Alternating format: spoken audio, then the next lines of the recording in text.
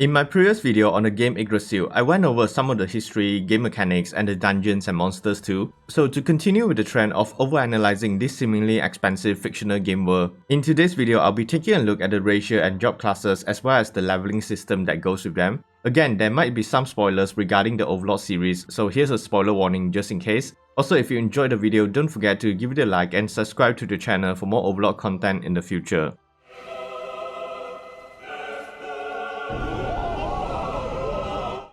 Previously, I said that YGGDRASIL was a game of exploration and information was everything, but that didn't apply to just the game world itself, because when it came to the character creation, it also involved a lot of research and testing of various combinations of racial and job classes just to find the ideal build that you want, especially when people are only allowed to create one character, so they needed to make sure that their starting build was good, otherwise it would definitely affect their progress in the game. That's why one has to determine whether they are going for a balanced all-rounded build or a heavily specialized build like Ainz, a pure magic caster build. Of course, each had their own benefits and disadvantages, but it all came down to what race and job class you decided to level up, which we'll talk about more later.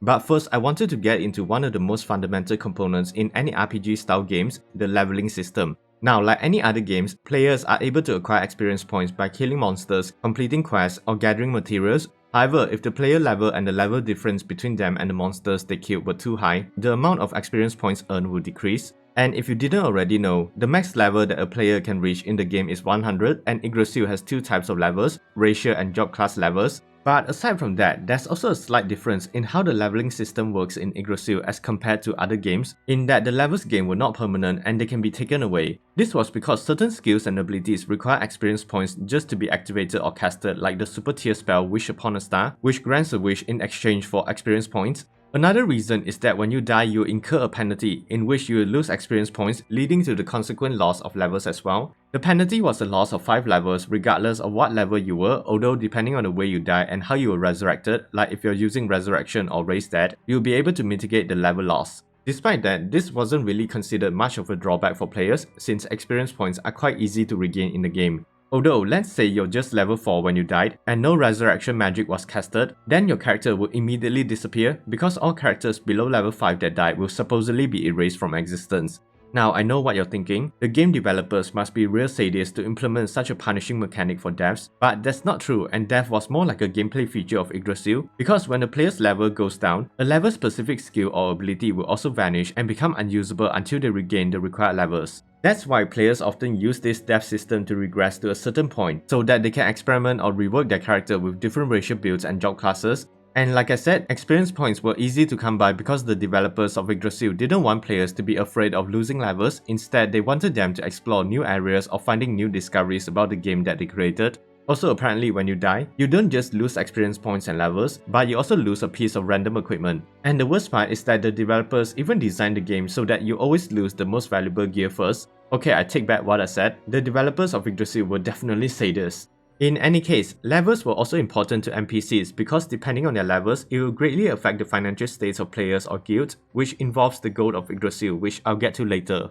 Having said that, we can now talk about how the various races and job classes work in the game, so let's start with the racial classes. There are more than 700 races in the game and they can be easily categorized into 3 types: the humanoid race, the demi-human race, and the heteromorphic race. And depending on what race a player chooses to play as, they will either gain racial benefits or penalties and weaknesses that came with the specific race. Also, among the different races, each is ranked based on their grade, going from base, high, and finally rare. You could level up base classes to a limit of 15, high can be upgraded to 10, and rare classes like Ainz's Overlord race can only be leveled up to a maximum of 5.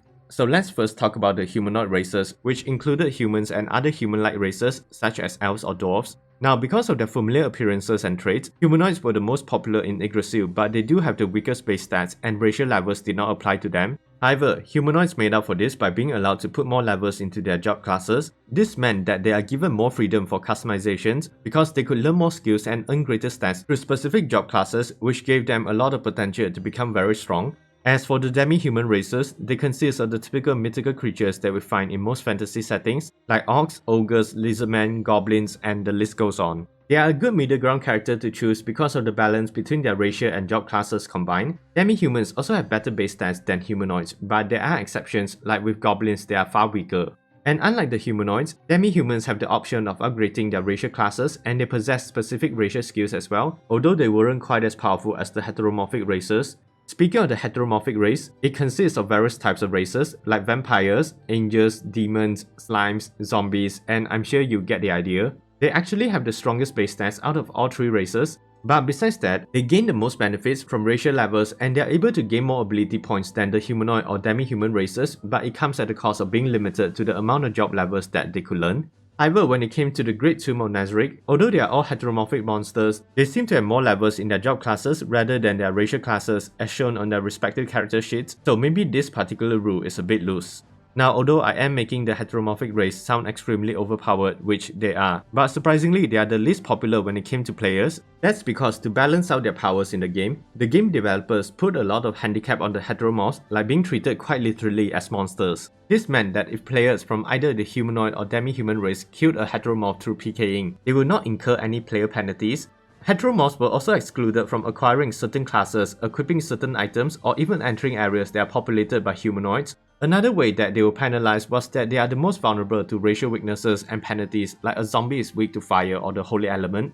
And the worst one I think is that in order for humanoids or demi-humans to unlock a specific ability or job class, they had to intentionally hunt down and kill a certain amount of heteromorphs. It's like the game developers are not even hiding the fact that they want to make life hard for heteromorph players.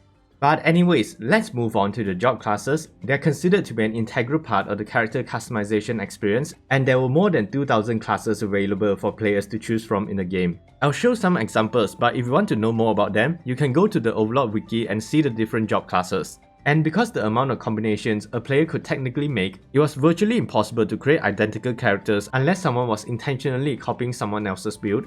However, when deciding a build, you need to pay attention to some job classes, because with certain combinations, it will either benefit you or just outright hinder you in the game. For example, if you have levels in Alchemist and Herbalist, you are able to access and discover greater information about certain plants, whereas if you had levels in Necromancer and Priest, the conflicting jobs might cause your magic or spells to not function, which is why the leveling system and the job class system goes hand in hand to allow players to experiment different builds and find the one that most suited them. Also, job classes were similar to racial classes in that they are also separated into base, high and rare. Even the amount of levels that you are allowed to put into each type is the same as well, 15 for base, 10 for high, and 5 for rare. And since the level cap is 100, you could technically just make a character that has 100 classes at level 1 each, although that would be quite inefficient. That's why it was better to just choose at least 5 to 7 different types of job classes for an optimized build. Although if you find the perfect combination of job classes, you could potentially unlock special hidden classes as well that is only unique to specific builds. An example of one is Ainz's Eclipse class, and to unlock this, a player had to first have 5 levels in the Overlord racial class and then 10 levels in any Necromancer type job classes, as well as reaching at least level 95 on their character. In any case, every time one of your classes level up, you are given 3 spells from the class specified spell list to choose from, so a max level 100 player would be able to at least acquire a combined total of 300 different spells. And when you leveled up your desired races and job classes, you earn skill points that allow for you to increase your base stats and learn better spells. But the number of skill points earned is dependent on the racial classes, and the growth rates goes in this order, starting with the highest, heteromorphs, then demi-humans, and finally the humanoids.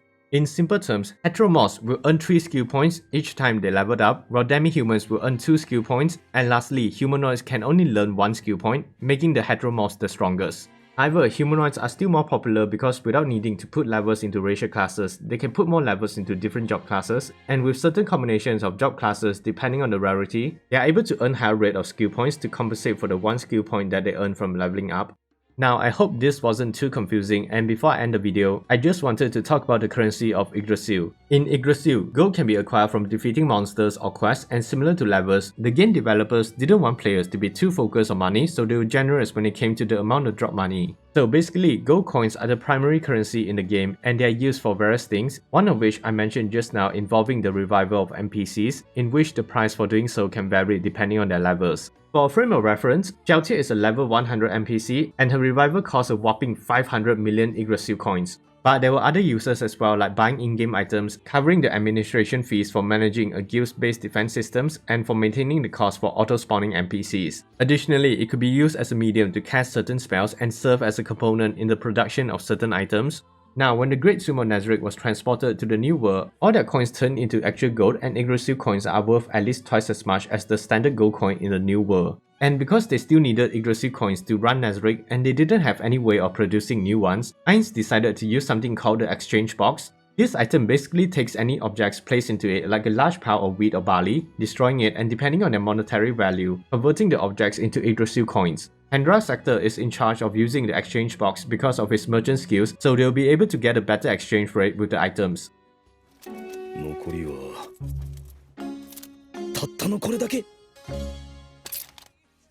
So yeah, that's basically all the information on the leveling system, ratio and job classes of Yggdrasil. And although Overlord doesn't even take place in this game world, the amount of detail we got is just crazy. I think we have one more video to go about Yggdrasil before I finally start talking about the characters, so look forward to that. I hope you enjoyed the video, and if I missed anything, feel free to let me know in the comments down below. If you want more Overlord content like this, be sure to give the video a like and subscribe to the channel for more. Thanks for watching, and as always, stay safe everyone.